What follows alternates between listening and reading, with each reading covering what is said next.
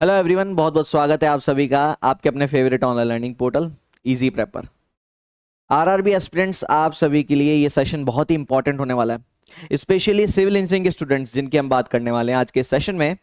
आप सभी स्टूडेंट्स जिनका सीबीटी 2 का पेपर रीशेड्यूल हुआ था, आई होप सब लोग बड़े अच्छे से अपने एग्जाम को देकर आए होंगे। और सीबीटी 2 का ये जो पेपर है, इस पेपर के बारे में आज के सेशन में हम लोग डिस्कशन करेंगे कि ये पेपर किस तरीके से था। क्या ये उसी पैटर्न पर था जिस पैटर्न पर इसे आना चाहिए था, या जैसा कि पूरी इजी प्रेप की टीम ने प्रेडिक्ट किया था। और बात करेंगे कौन से ऐसे सेक्शंस हैं जिनको आपको सीरियसली अब तो लेना ही चाहिए, क्योंकि आप लोग आरआरबी की तरफ से 3 पेपर देख चुके हैं इस बार। और इन 3 पेपर से क्या ऐसे एजेंडाज आपको चेंज करने चाहिए, क्या माइंडसेट में आपके चेंज आना चाहिए अगर आप आरआरबी को फ्यूचर में क्रैक करना चाहते हैं।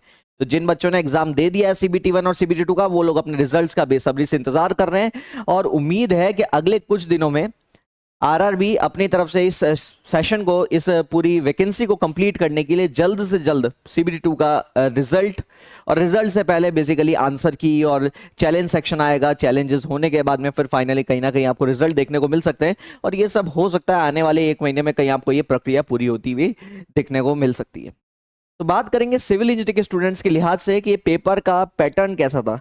अगर हम फिर से बात करें ये पेपर से क्या अंदेशे हमको मिलते हैं, तो अगर हम बात कर रहे हैं आरआरबी जेई सीबीटी 2 पेपर की,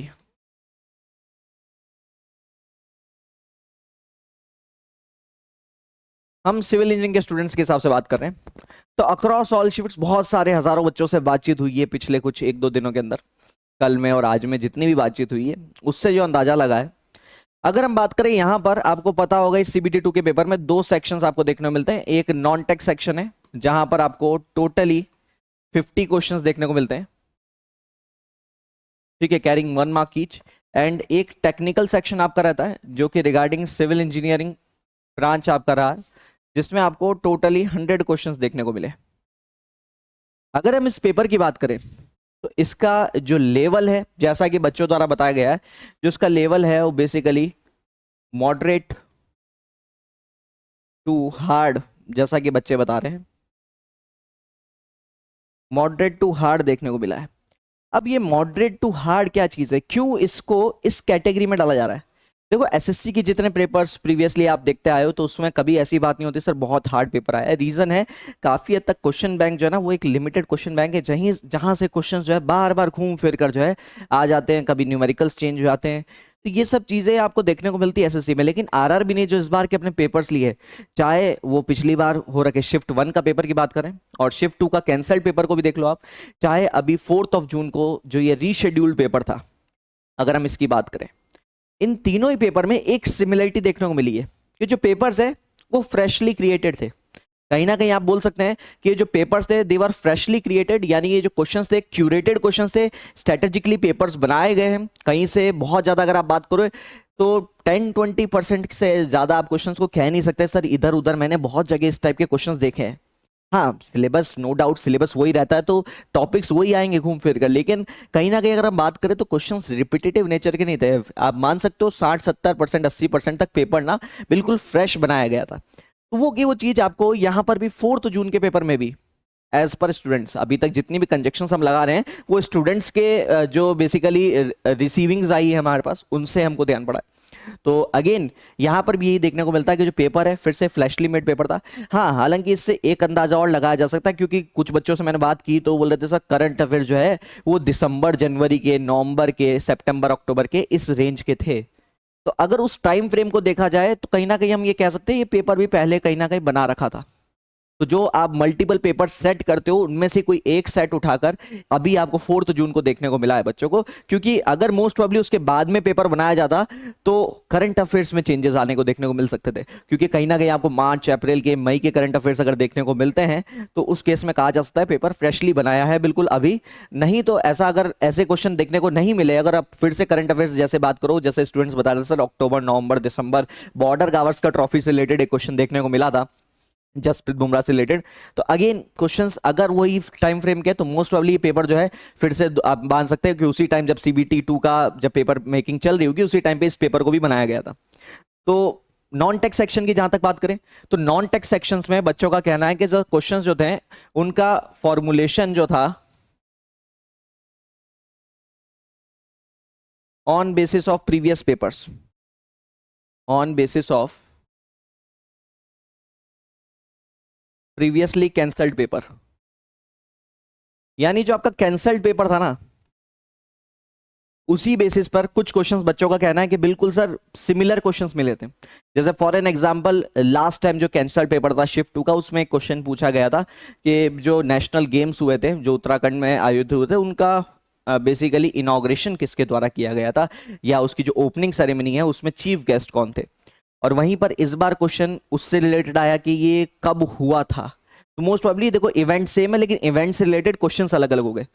तो कुछ क्वेश्चंस ऐसे भी थे physics chemistry, as per students अगर हम बात करें तो फिजिक्स और केमिस्ट्री जो थी आपके पास, जैसे फिजिक्स की बात करें, केमिस्ट्री के जो क्वेश्चंस थे वो बेसिक लेवल क्वेश्चंस थे, बहुत ज़्यादा एडवांस लेवल क्वेश्चन नहीं थे, इक्का दुक्का क्वेश्चन को छोड़कर। और वहीं पर अगर हम बात करें तो जनरल अवेयरनेस की, तो ये सेक्शंस भी काफ़ी हद तक मॉडरेट सेक्शंस आए थे। अगर हम बात करें यहीं से टेक्निकल की, तो नॉन टेक के पेपर को देख के समझ में आता है, जितनी बातचीत हुई है बच्चों से उसको देख के यही समझ में आता है कि नॉन टेक का जो पेपर है काफ़ी हद तक सेम पैटर्न का था, सेम डिफिकल्टी लेवल से, कोई बहुत ज़्यादा टिपिकल नहीं था। यानी आप मान सकते हैं कहीं से 30-35-40% जो क्या बोलते हैं 30-35-40 क्वेश्चन बच्चे इजीली अटेम्प्ट किए हैं। ओके अगर हम आते हैं यहीं पर टेक्निकल पोर्शन के अंदर, if you move to the technical portion जो कि काफ़ी एक बड़ा पोर्शन हो जाता है, ठीक है। अगर हम टेक्निकल पोर्शन की बात कर रहे हैं जो कि एक काफ़ी आपका रैंक डिसाइडर पोर्शन हो जाता है, क्योंकि यहां पर 100 क्वेश्चंस देखने को मिल रहे हैं। अगर इस सेक्शन की बात करें टेक्निकल की, तो टेक्निकल में अगेन जो सिरमौर सब्जेक्ट्स एज पर स्टूडेंट्स रहे हैं, अगर मैं टॉप 3 सब्जेक्ट्स की बात कर रहा हूं तो सबसे ज्यादा क्वेश्चन अगेन आपको बीएमसी से देखने को मिले। लेकिन बीएमसी में एज ऑलरेडी डिस्कस बिफोर, इस बार आरआरबी ने जो गेम करा है यहां पर बिल्डिंग मटीरियल से क्वेश्चन नहीं पूछे बेटा, क्वेश्चन बिल्डिंग कंस्ट्रक्शन से ज्यादा आ रहे हैं। तो आप इस पैटर्न को पकड़िए, ये बिल्डिंग कंस्ट्रक्शन का जो पार्ट है वो ज्यादा इंपॉर्टेंट कर दिया है आरआरबी ने। अगर हम तीनों पेपर्स को देखें, सीमेंट से, लाइम से, जो आपके ट्रेडिशनल मटेरियल्स है, टिम्बर है, वहां से इतने क्वेश्चन नहीं पूछ के इन लोगों ने कंस्ट्रक्शन जो पूरा प्रोसेस होता है वो बिल्डिंग कंस्ट्रक्शन वाले पार्ट को इन लोगों ने ज्यादा वरीयता दी है। जनरली आप कोई दूसरे पेपर्स उठा के देखेंगे जेईई लेवल के, तो उस केस में बिल्डिंग मटेरियल्स को ज्यादा वरीयता दी जाती है। सीमेंट हो गया, लाइम हो गया, टिम्बर हो गया, ग्लास हो गया, ये आपके जो मटीरियल्स है कंस्ट्रक्शन मटीरियल्स, इनसे काफी क्वेश्चंस देखने को मिलते हैं। लेकिन अगर हम यहां पर देखें तो बिल्डिंग कंस्ट्रक्शन का जो प्रोसेस है, अब इस प्रोसेस की बात करें, ठीक है, इस पूरे प्रोसेस की बात करें, इससे रिलेटेड मशीनरीज की बात करें, ठीक है, इससे रिलेटेड टेक्निक्स की बात करें, ठीक है, इससे रिलेटेड अगर हम टेक्निकल टर्मिनोलॉजीज की बात करें, तो यहां से खूब क्वेश्चंस पूछे गए। तो अगेन सब्जेक्ट सेम है, लेकिन सब्जेक्ट सेम होने का मतलब ये नहीं है कि आपके पास पैटर्न वही था जो सालों से फॉलो होता आ रहा है। अगर आप इनके भी प्रीवियस ईयर पेपर उठा के देखेंगे 2014 और 19 की वैकेंसीज के पेपर्स अगर आप देखते हैं तो वहां पर आपको यही मिलेगा कि सर बिल्डिंग कंस्ट्रक्शन नहीं, बिल्डिंग मटेरियल से काफी क्वेश्चंस हुआ करते थे। लेकिन इस बार के पेपर में क्लियर इंडिकेशन है we have shifted our curriculum, यानी इन लोगों ने अपना जो फोकस है वो शिफ्ट कर दिया है। मोस्टली आपको बिल्डिंग कंस्ट्रक्शन के एरियाज को बहुत सीरियसली देखना पड़ेगा। तो ऐसी जगह जहां पर भी आप पढ़ने की सोच रहे हैं, जहां इन टॉपिक्स को बोला जाता है कि बेटा ये तो एग्जाम में नहीं आता है, ये सब चीजें नहीं पूछी जाती है, क्या करोगे जान के कि शीप फुट रोलर किस तरीके से आपके रेगुलर रोलर से अलग है, क्या स्पेशलिटीज मिल रही है, या फिर आपके पास ग्रेडर्स में क्या फर्क है, कॉम्पैक्टर्स क्या, अगर ये सब नहीं पढ़ा रहे ना बेटा, बेटा तुम्हारा नुकसान है उसके अंदर, आपका नुकसान है उस चीज के अंदर। ये सब एरिया से क्वेश्चन अब कॉन्करेंटली पूछे जाने लगे। और आप आरआरबी के तीनों पेपर्स को देख लीजिए, ये पैटर्न यहां पर क्लियरली विजिबल है। उसके बाद अगर आए तो अगेन आपको काफी क्वेश्चन देखने को मिले यहां पर रिलेटेड टू, जैसे अगेन अकॉर्डिंग टू स्टूडेंट्स काफी क्वेश्चंस आपको आरसीसी से थे। अगेन आरसीसी से जो क्वेश्चंस आए as per students they were from codal provisions, जो क्वेश्चंस थे वो कोडल प्रोविजंस क्वेश्चन थे, और कोडल प्रोविजन से स्टेटमेंट्स आए थे, ठीक है। तो डायरेक्टली जो बच्चा लोग कहते हैं ना सर डेटा आता है आरसीसी में, हाँ कुछ बच्चों ने कहा डेटाबेस क्वेश्चन भी थे related to water cement ratio, ठीक है, तो ऐसे क्वेश्चंस भी बच्चों ने बताए। लेकिन हाँ कोडल प्रोविजन से रिलेटेड 2-3-4 सवाल जो है प्रॉपर स्टेटमेंट बेसिस पर आए थे कि ये स्टेटमेंट सही है, ये स्टेटमेंट सही नहीं है, इस टाइप के। उसके अलावा अगर हम बात करें तो अगेन सॉइल से आपको जियो टेक्निकल से काफी क्वेश्चन देखने को मिले थे यहाँ पर। Again they were very easy to basic questions, geotechnical से रिलेटेड काफी क्वेश्चन थे, ठीक है, उससे related easy to moderate level के क्वेश्चन थे आपके पास, इजी टू मॉडरेट, लेकिन अगेन स्टेटमेंट्स आए थे यहाँ पर भी, ठीक है, इजी टू मॉडरेट, लेकिन स्टेटमेंट्स क्वेश्चंस यहाँ पर भी आपको देखने को मिले थे, तो डायरेक्ट क्वेश्चंस यहाँ पर भी देखने को कम मिले, ठीक है। उसके अलावा अगर हम बात करें तो कौन से ऐसे सब्जेक्ट्स हैं जिनको आपको और सीरियसली लेना चाहिए, तो यहाँ पर एक सब्जेक्ट और उभर कर आया है, that is estimation and costing. There are multiple questions that were asked from estimation and costing, ठीक है। तो अगेन ऐसा कहा जा सकता है कि एस्टिमेशन कोस्टिंग का भी जो इंपॉर्टेंस है वो यहाँ पर बढ़कर देखने को मिला है। ऑल इन ऑल अगर हम इस पेपर का एक एवरेज अंदाजा लगाए तो अगेन मैं इसको अगर समराइज करना चाहूं, इस टेक्निकल पोर्शन को, अगर मैं इस टेक्निकल पोर्शन को समराइज करना चाहूं तो यहां पर भी आपको 5 to 7 न्यूमेरिकल क्वेश्चंस देखने को मिले, जो कि अगेन एज पर एक्सपेक्टेशंस इतना ही बनता था, नो डाउट कैलकुलेटर अलाउड था, लेकिन न्यूमेरिकल क्वेश्चंस बहुत सारे नहीं पूछे गए। अगेन उसके अलावा यहां पर अगर हम देखें रेस्ट आपको 30 क्वेश्चंस, डायरेक्ट क्वेश्चंस आपको रफली 30 क्वेश्चंस जो है देवर डायरेक्ट क्वेश्चंस, क्या आप उनको देखकर लगा सकते हैं और काफी इजी थे। रेस्ट जो भी क्वेश्चंस है वो काफी ट्रिकी थे या लैंग्वेज को कहीं ना कहीं पे फंसा रखा था, ठीक है। आपके बेसिक कॉन्सेप्ट्स भी है तो उसमें लैंग्वेज में कहीं ना कहीं पर फेरबदल कर रखा था, जिससे आप कहीं ना कहीं कंफ्यूज हो जाए।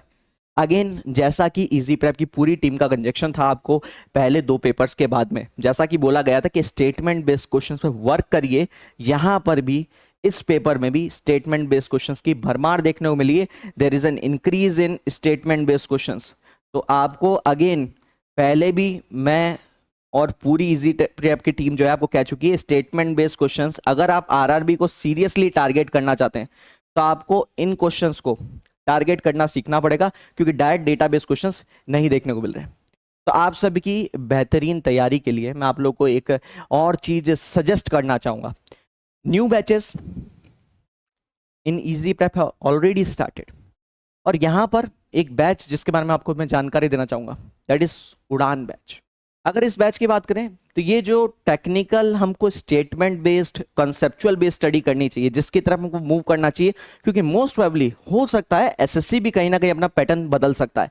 तो अगर एक ऐसे बैच की बात करूं जो सच में एक ब्रह्मास्त्र जैसा साबित होगा आप सभी के लिए, तो एक ऐसा बैच जहां पर ना केवल एसएससी जेई, ना केवल आरआरबी जेई, बल्कि अलग अलग स्टेट एजे एग्जाम्स का totally combined syllabus, proper theory, proper practice, proper mock test के साथ केवल आपको एक ही प्लेटफॉर्म पे देखने को मिल सकता है, और जो कि है इजी प्रेप। अगर मैं इस बैच की बात करूं तो यहां पर आपको इन सभी एग्जामिनेशंस के लाइव बैचेस मिलेगी, nothing recorded, everything will be live. यहां पर लाइव क्लासेस की रिकॉर्डिंग मिलने वाली है, पूरा टेक्निकल और नॉन टेक्निकल सब्जेक्ट करते हुए। उसी के साथ साथ जो बेस्ट चीज है 5000 प्लस एमसीक्यू क्वेश्चंस की लाइव प्रैक्टिस सेशंस और 50 प्लस मॉक टेस्ट पेपर, जहां पर सब्जेक्ट वाइज और फुल लेंथ टेस्ट भी इंक्लूडेड है। तो इन बैचेस पे अभी डिस्काउंटेड रेट्स ऑलरेडी अवेलेबल है ऐप के ऊपर, आप देख सकते हैं मेरे पीछे। 1 year target batch for available for 2499, foundation batch for with 2 years validity available for 3999, and life time validity is available for 4999। Last year भी अच्छे रिजल्ट्स मिले हैं, और आई होप इस साल भी आप सबकी परफॉर्मेंस से आरआरबी में भी आप सभी को अपनी ड्रीम जॉब मिलेगी। तो आने वाले सेशंस में बात करेंगे, डिटेल्ड सेशंस लेंगे कि पेपर कैसा रहा था, कट ऑफ कितनी जा सकती है। तो अगर इन सब बातों का गहन विश्लेषण आपको देखना है तो जुड़े रहिए इजी प्रेप के इस यूट्यूब चैनल के साथ में। मिलते हैं नेक्स्ट सेशंस में, we will talk about detailed analysis of this paper after the answer key get released. तो till then stay tuned to the channel. Thank you so much guys.